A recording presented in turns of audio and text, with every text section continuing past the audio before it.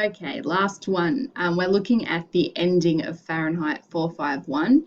And as you're thinking about this passage, have a think about what ultimately Bradbury is wanting us to think about society, technology, and this dystopian future that he's created.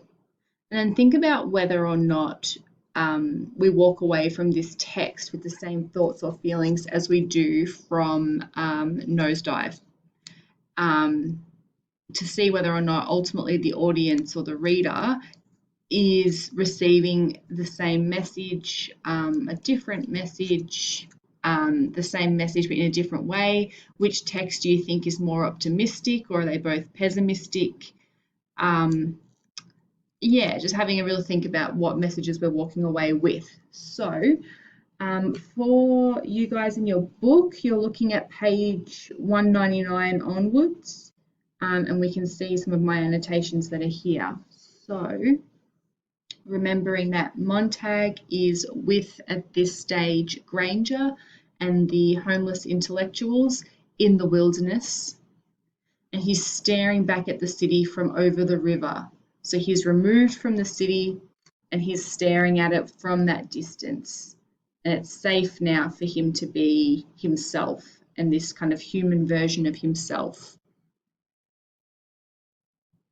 These are some nice quotes here. It's this idea that he doesn't miss Mildred, and that if she dies, he won't be sad, and he thinks there's something kind of missing within him. And then Granger tells him the story of his grandfather. And what's really interesting here is that he brings us back to his grandfather's hands. And he said, when he died, I suddenly realized I wasn't crying for him at all, but for the things that he did. He was part of us, and when he died, all the actions stopped dead, and there was no one to do them just the way he did. He was an individual. He was an important man. I've never gotten over his death. He did things to the world.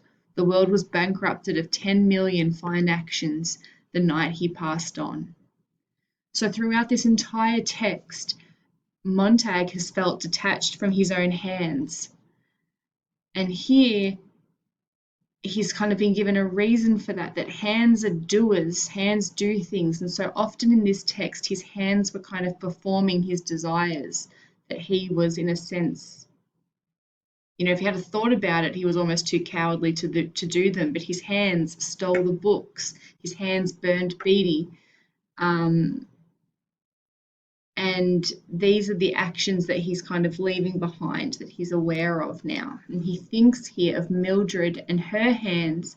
And he says, I think of her hands, but I don't see them doing anything at all. They just hang at her sides, or they lie there on her lap, or there's a cigarette in them, but that's all. So she doesn't do anything. And that's the note that I've left here. Mildred's hands are limp. There was never any action. She was never a strong individual. Hands equal action and a decisiveness about them. And then he has this discussion, what did you give to the city, Montag? Ashes. What did the others give to each other? Nothingness. So this past life, he kind of looks back on himself and he just doesn't see that he's given anything, and therefore his life had no meaning.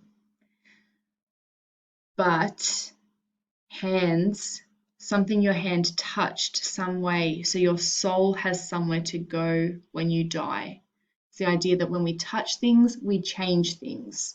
So hands become this really important motif that occur throughout the entire text.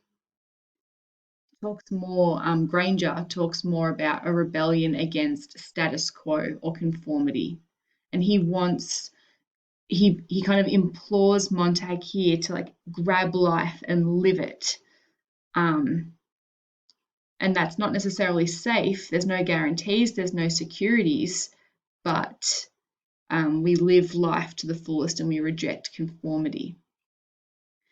And then there's this war that begins that's been simmering in the backdrop of the entire text, but has never really been spoken about. But in this moment, the city is completely pulverized by this war that no one's actually confronted, but it soon enough confronts them. The city is completely pulverized, And he has this vision in this moment of Millie, of Mildred, and the fear she must have felt, and the idea that she would have just been sitting in some hotel room watching television, and he wonders whether or not she would have even known this bomb was coming. And when it did come, did she realize how empty her life was, that she's leaving behind nothingness, just as the bomb is about to leave nothing behind. Then the city rolled over and fell down dead. So society has fallen, the city has collapsed under this bomb. And now is this opportunity to remake the world and to experience the world. And that's where we're kind of left. So Montag becomes, in a way, kind of excited because he says, I want to see everything now. And while none of it will be with me when it goes in, after a while it'll all gather together inside and it'll be me. Look at the world out there. My God, look at it out there, outside me, out there beyond my face. And the only way to really touch it is to put it where it's finally me, where it's in the blood, where it pumps around 1,000 times, 10,000 a day. I get hold of it so it'll never run off. I'll hold on to the world tight someday. I've got a finger on it now. That's a beginning. So he wants to build an identity through experience. He no longer wants to sit passively by, as he always has. He wants to build, he wants to kind of take in as much of the world as he can and build this collection of memories, these memories that he's spent his whole life burning. He now wants to absorb and become. We'll skip that. And then we've got the symbol of the phoenix. So the legend of the phoenix is that it's a bird, and Granger explains it to us here. It's a bird that lights itself on fire and it's reborn from the ashes. So it's an idea that society, humanity I should say, has pulverized itself, destroyed itself, but there's this glimmer of hope where perhaps we can rebuild ourselves and rebuild a new society. So humanity burns itself, what have I written there, and is reborn. That's fine. This is interesting. Montag and the men kind of get up and they start to move forward.